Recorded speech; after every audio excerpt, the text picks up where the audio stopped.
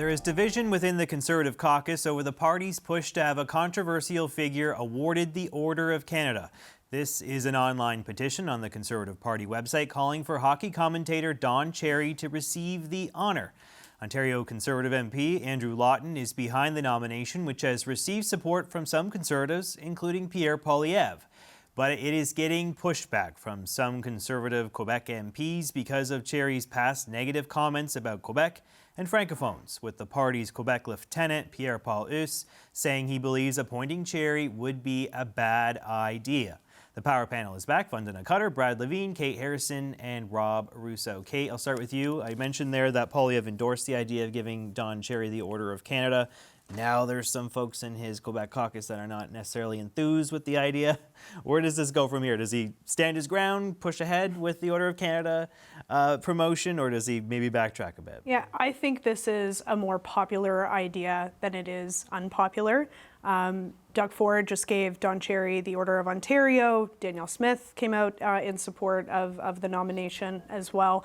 I don't know that this quite meets the level of division and rift. We could look at, the Liberal debate internally over Iran as maybe a better example of a more consequential disagreement between colleagues. But I think, in preparing for tonight, I went back and looked at the clip of Don Cherry the weekend after Corporal Cirillo and Patrice Vincent were killed.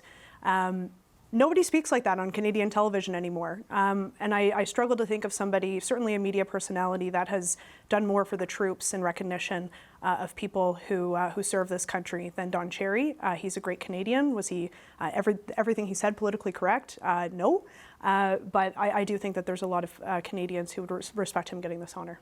Yeah, Vandana, obviously Don Cherry is a revered figure in many parts of this country, obviously mostly the English-speaking parts. He's a hero for many veterans and military families because of what he did to champion their cause.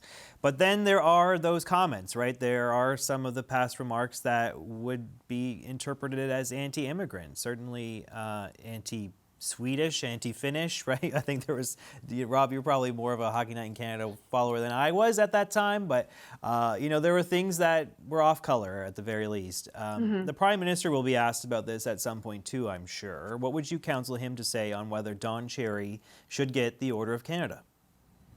I would counsel him to say that the Order of Canada is a nonpartisan thing, that isn't something that we should make political. I think, I don't know what the cause is or what the Conservative Party gets from this. There is, disagreement amongst their caucus. Is something they created themselves, not something that was external that they had to react to. And I think a couple things can be true.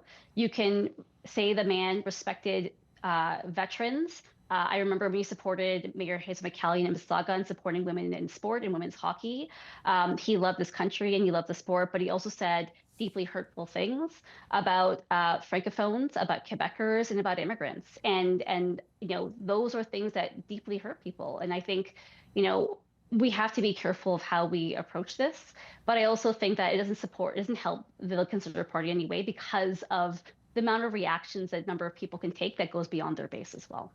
Brad, to Vandana's point, this is not something the media has whipped up necessarily, right? This is Ontario Premier Doug Ford started it. He gave Cherry the Order of Ontario. Andrew Lawton, the Conservative federal MP, kind of jumped on the bandwagon saying, hey, let's do it federally. Danielle Smith is now essentially making it a wedge issue from her perch in Alberta, saying that she'd like to see the federal government act on this. This is something that they're happy to do, right? Like, they're all on board. The Conservatives, at least many of them publicly, other than the Quebecers, the English-speaking ones, are happy to have this fight, perhaps, because they don't think it as a negative that Don Cherry would get an award like this. Do you see this as a potential risk, though, despite that enthusiasm? It could be yes, I think it could be a potential risk, and here's why. First of all, the Order of Canada should not be politicized. There is a there's an adjudication it's non-partisan. The minute you, as a political party, put it up on your website, you're making it a partisan undertaking, and you're putting the people who have to make these decisions, I think, in a very difficult position. I think the overarching problem is that for the Conservatives, they need to add, not subtract, voter support. And everyone who wants to pick on the woke fight that would be, Don Cherry should get it, no, he shouldn't. are already voting Conservative. I can't imagine a lot of, Green Party, New Democrats, Liberals who maybe not have an opinion about Don Cherry. And again, he's been off the air for a number of years now. So this is going to whip up a lot of the, what was wrong, what did he say back then? So to Vanita's point, I don't see where the addition is. Now, one of the places that Poilievre needs to grow support is in a place like Quebec.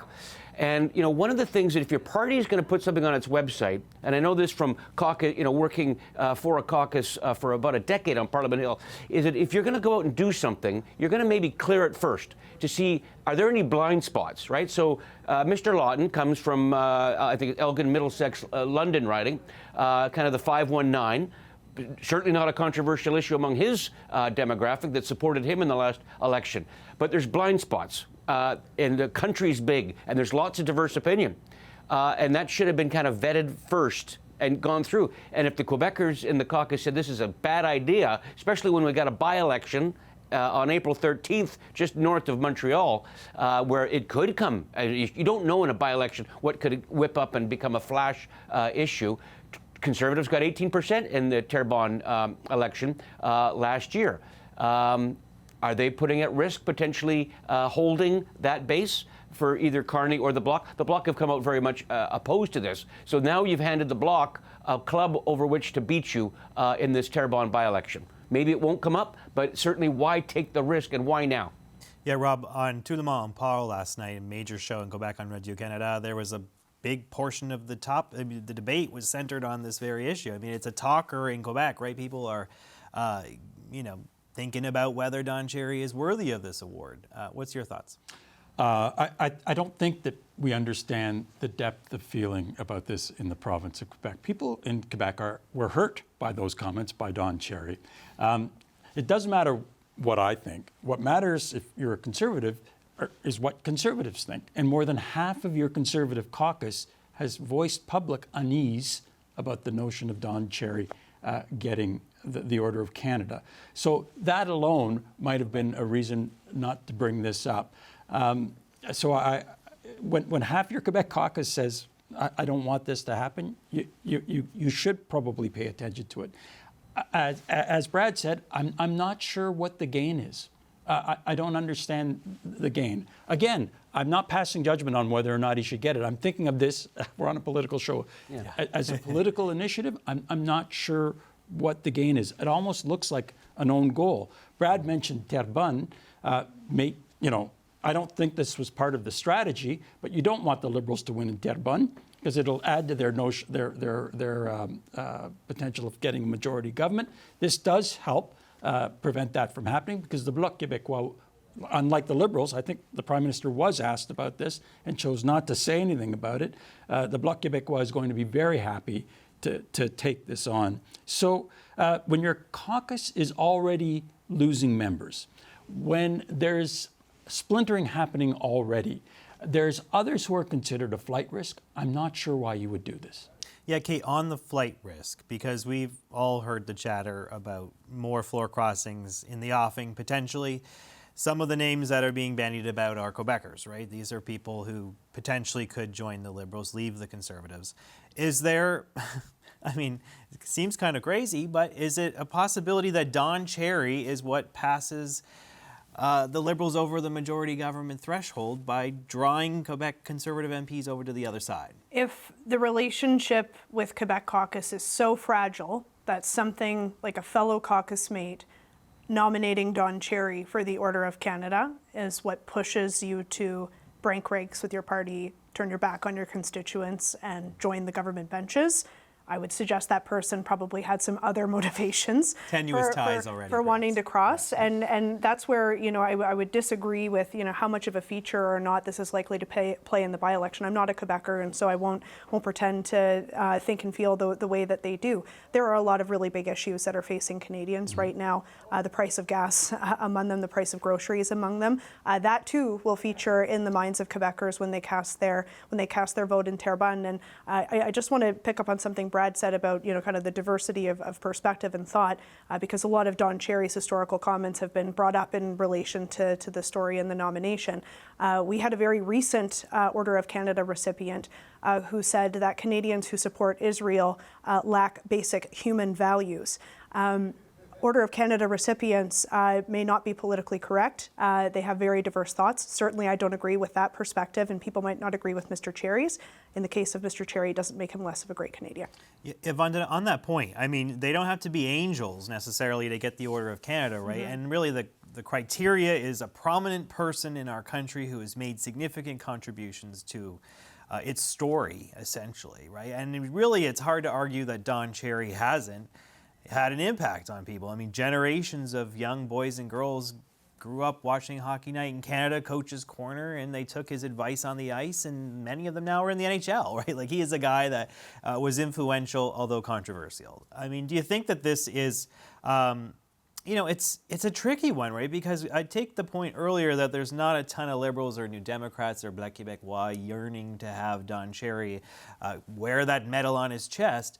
But it is kind of a sensitive issue at a time when patriotism is back in business. People are now proud of our institutions and the people that built them. Is there not a risk in sort of dumping Cherry for the Prime Minister if he does have to address this issue? No, let's just think that's the case. I think, like, unlike the other recipient, we know about this prior to, and he can be respected and given awards for where he had impact in hockey as a media broadcaster for sport, and I think he has received accolades for that. I think what we're looking at is this something that needs to come up right now for the Conservative Party? To Kate's point, we're looking at a lot of issues. We're looking at affordability. We're looking at high gas prices, et cetera. That is what they should be focusing on. And I think this, to Rob's point, is also, it's an own goal. It's something that we're talking about that we don't need to talk about. These are not political decisions. If it happens to come out from the Order of Canada, that is a nonpartisan entity that brings that forward. It's not for us it's not for politicians to be able to direct. We never have been able to. So I just don't see the point in it. I don't think it makes sense for the Prime Minister to weigh in on it, not because it's complicated, but because it is partisan, and it's not supposed to be partisan. So I don't think there's a risk in that. I think the bigger risk is what this comes up is trying to undermine exactly what Mr. Poilievre is trying to do, with show a mature, collegial, working together with Canadians party. Brad, quick final word to you. Yeah, this is not about the panel weighing in whether Cherry is deserving or undeserving of the Order of Canada. It's the minute that your political party puts its hand up to you can nominate, of course, politicians nominate people all the time, but the minute you put a petition on the website, the minute you do that, you are making it political, and it shouldn't be. Rob, quick final word to you too. Pierre Poilievre is in the United States trying to get attention to, I think, an interesting initiative about Canada-U.S. relations. This is not what he needs at this moment. This is not what he wants to be talking about. It deflects attention from that, and for that reason alone, I'm not sure what tactically or strategically this brings to the Conservative Party. Good point. Okay, let's leave it there. Thank you to the Power Panel, Vandana Cutter, Brad Levine, Kate Harrison, and Rob Russo. Nice to see you all.